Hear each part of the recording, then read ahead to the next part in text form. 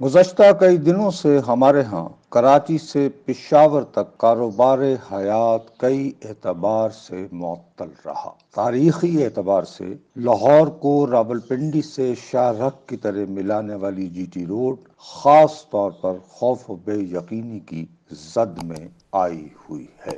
اس قضیے کی جو وجوہات ہیں ان کے بارے میں آج بھی میرا موقف وہی ہے جو 2017 میں تھا۔ اس برس مگر وطن عزیز میں آپ کی حب الوطنی اور ایمان کی حرارت جانچنے کا فقط ایک پیمانہ تھا، اور وہ یہ کہ آپ نواز شریف جیسے مبینہ چوروں اور لٹیروں کو جیلوں میں بھیج کر ہماری سپریم کورٹ کی جانب سے صادق اور امین ٹھہرائے عمران خان صاحب کو ہر صورت اقتدار میں لانے کو تیار ہیں یا نہیں۔ میں بضد رہا کہ معاشرتی تضادات کو محض ایک نقطے تک محدود نہیں کیا جا سکتا، اور بھی غم ہے زمانے میں کے علاوہ التجا یہ بھی کرتا رہا کہ سیاسی میدان میں جو روش کسی ایک فریق کو اپنے لیے کسی وقت نہایت ضروری اور مناسب محسوس ہوتی ہے،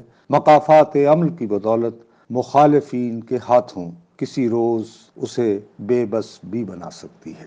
نہایت خلوص سے بیان کی یہ باتیں مگر بکاؤ صحافیوں کے خیالات ٹھہرا دی گئیں۔ طویل انتظار کے بعد ان دنوں کی حکومت اقتدار میں آئی تو چند ہی ہفتوں بعد میرے لیے رزق کمانے کے راستے بھی بند ہونا شروع ہو گئے۔ مجھ جیسے فرسودہ اور بکاؤ صحافیوں کے مقابلے میں عوام کی ذہن سازی کے لیے اب محب وطن حق کو افراد کی نئی کھیپ تیار ہو چکی ہے۔ وہ ٹی وی سکرینوں پر چھائے ہوئے ہیں، یوٹیوب کے ذریعے بھی ہماری رہنمائی فرماتے ہیں۔ ایسی طاقتور اور توانا کھیپ مگر ان دنوں اپنے سرپرستوں کے کام نہیں آ رہی۔ جمعرات کی رات ان کی ایک کثیر تعداد کے لیے تفصیلی بریفنگ کا اہتمام بھی ہو گیا۔ گزشتہ ہفتے کا آخری کالم لکھا تھا تو ریڈ لائن کھینچ دی گئی تھی۔ گجرانوالہ میں جمع ہوا جتھا مگر اسے پار کرتے ہوئے وزیر آباد میں براجمان ہو گیا۔ ریاست اپنی رٹ بحال کرنے کو تاہم اب بھی بے چین ہے۔ مذاکرات کے ذریعے اگرچہ خون خرابے اور خلفشار کو روکنے کی کاوشیں بھی جاری ہیں۔ روزمرہ زندگی کے تقاضوں کے ہاتھوں بدحال ہوئے پاکستانیوں کی اکثریت کی طرح میں بھی دعا گو ہوں کہ بلا کسی صورت ٹل جائے، اور یہ کالم لکھتے ہوئے اطلاعات آ رہی ہیں کہ اس کے چھپنے تک شاید کوئی حل بھی نکل آئے۔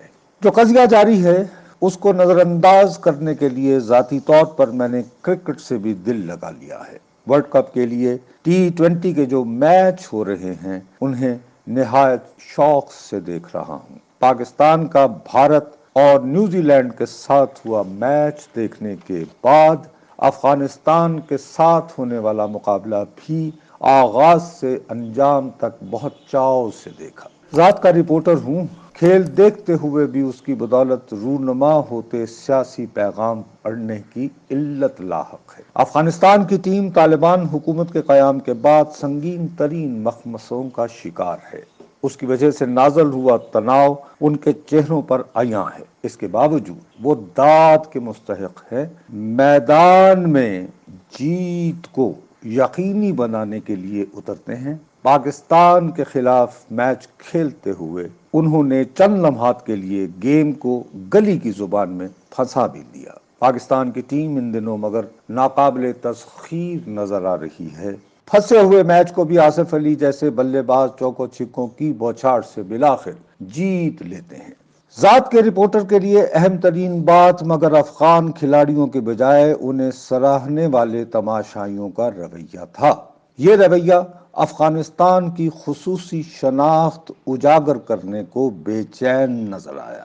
وہ اس جھنڈے ہی کو قومی علامت گردانتے ہیں جو کئی دہائیوں سے ان کے ملک کی شناخت ہے۔ افغانستان میں کئی نظام اور حکمران آئے اور چلے گئے، یہ جھنڈا مگر اپنی جگہ برقرار رہا۔ طالبان کی فاتحانہ انداز میں کابل واپسی کے باوجود افغانوں کی اکثریت اب بھی اس جھنڈے سے کنارہ کشی کو آمادہ نظر نہیں آ رہی۔ دلوں میں کھولتی افغان قوم پرستی کے اس ماحول میں ایک پاکستانی صحافی نے افغان کرکٹ ٹیم کے کپتان سے یقیناً احمقانہ سوال کیے۔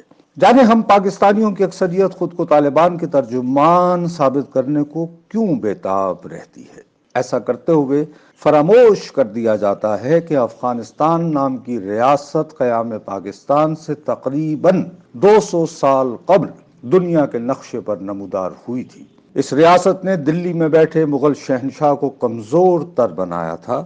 کشمیر سے لے کر آج کے پنجاب اور سندھ کے وسیع تر علاقے بھی مذکورہ ریاست کے باج گزار رہے۔ افغان قوم پرستی اس حقیقت کو یاد رکھے ہوئے ہے۔ ہمیں اس گماں میں مبتلا ہونے سے احتیاط برتنا ہوگی کہ طالبان کی کامرانی کے بعد تاریخ کا پہیہ الٹا چل رہا ہے۔ ایسا واقعہ فقط ایک بار رنجیت سنگھ کے دور میں ہوا تھا۔ اس کا اقتدار مگر طور خم پار نہیں کر پایا تھا۔ آج کے خیبر پختونخوا کو ہتھیانے پر ہی اکتفا کرنا پڑا تھا۔ اس کے بعد چراغوں میں روشنی نہ رہی۔ سیلاب کی صورت دنیا کے کئی ملکوں میں پھیلتا برطانوی سامراج بھی بالآخر افغانستان کو اس زمانے کے انڈیا اور روس کے درمیان اپنے تحفظ کو یقینی بنانے والی نام نہاد بفر اسٹیٹ کی حیثیت دینے کو مجبور ہوا۔ محض سوشل میڈیا کے ذریعے ذہن سازی کے عادی ہوئے افراد مگر تاریخ کی گہرائی اور گہرائی کو زیر غور لانے کی زحمت ہی گوارا نہیں کرتے۔ فرض کر لیا گیا ہے کہ ابلاغ کے تمام تر ذرائع کو کامل طور پر اپنے قابو میں لانے کے بعد لوگوں کے ذہنوں میں فقط وہ سوچ بٹھائی جا سکتی ہے جو حکمرانوں کو آسانیاں فراہم کرے۔ 1857 میں لیکن اخبار بھی نہ ہونے کے برابر تھے۔ اس کے باوجود برطانیہ کے زیر تسلط علاقوں میں بنگال سے خیبر تک ایک بیانیہ فروغ پایا۔ اس کی وجہ سے جنگ آزادی ہوئی جسے سامراج نے غدر پکارا اور اس پر نہایت سفاکی سے قابو پانے کے بعد مزید 100 برس تک ہم پر راج کیا۔ مذہب کی بنیاد پر جو بیانیہ تشکیل دیا جاتا ہے اپنے فروغ کے لیے دور حاضر میں ذہن سازی کے مؤثر ترین ٹولز شمار ہوتے ذرائع کا ہرگز محتاج نہیں ہے۔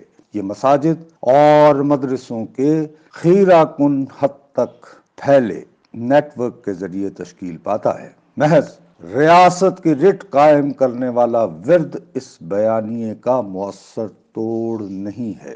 جوابی بیانیہ فروغ دینے کے لیے ابلاغ کے تخلیقی ذرائع ڈھونڈنا ہوں گے۔ ہمارے میڈیا کی اجتماعی ساکھ کو موجودہ حکمرانوں نے مگر اپنے ہاتھوں نہایت لگن اور یکسوئی سے تباہ کیا ہے۔ صفائی ستھرائی کے بعد بندے کا پتر بنائے اس میڈیا سے اب یہ امید نہ رکھیں کہ وہ خوف و بے یقینی کے عالم میں موجودہ حکومت کا کسی بھی صورت مددگار ہو سکتا ہے۔